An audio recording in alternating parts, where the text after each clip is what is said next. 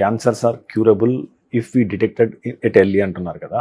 So that is the biggest challenge. Because అంటే సాధారణంగా వాళ్ళ క్యాన్సర్ వచ్చినప్పుడు వాళ్ళ ప్రారంభ సంకేతాలు ఏ రకంగా ఉంటాయి, so how to detect early? అది మళ్ళీ ఒక్కొక్క క్యాన్సర్కి ఒక్కొక్కలాగా ఉంటుంది. Simple straight forward common cancers మనం తీసుకుంటే head and neck cancer.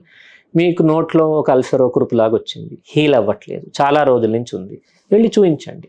White patch or red patch ఉంది నోట్లో అంటే ఫస్ట్ ఆఫ్ ఆల్ ఇది వచ్చేది జనరల్గా టొబాకో తినే వాళ్ళకి ఆర్ సిగరెట్ తాగే వాళ్ళకి, లేదు డెంచర్స్ పెట్టుకుంటారు కొందరు, డెంటల్ ఇది పెట్టుకుంటారు, దానికి షార్ప్గా ఉండి అది రాసుకొని పోతే కొన్ని సంవత్సరాల తర్వాత వాళ్ళకు కల్సర్ లాగా ఫార్మ్ అవ్వచ్చు.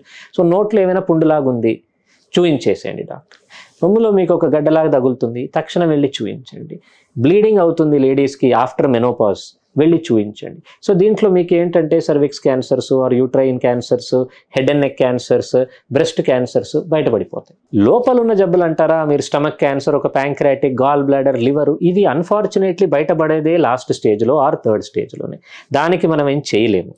బట్ దానికి చేయగలిగింది ఏంటి, healthy lifestyle, fruits vegetables తీసుకోవడము. బట్ అట్లీస్ట్ కామన్ క్యాన్సర్స్కి అయితే మనకు తెలుసుకోనికి ఉంది. అడ్వాన్స్డ్ అయితే క్యాన్సరు మీకు సిమ్టమ్స్ ఏముంటాయి, ఆకలి బాగా తగ్గిపోవడం, బరువు తగ్గిపోవడం, మనిషి వీక్ అయిపోవడము.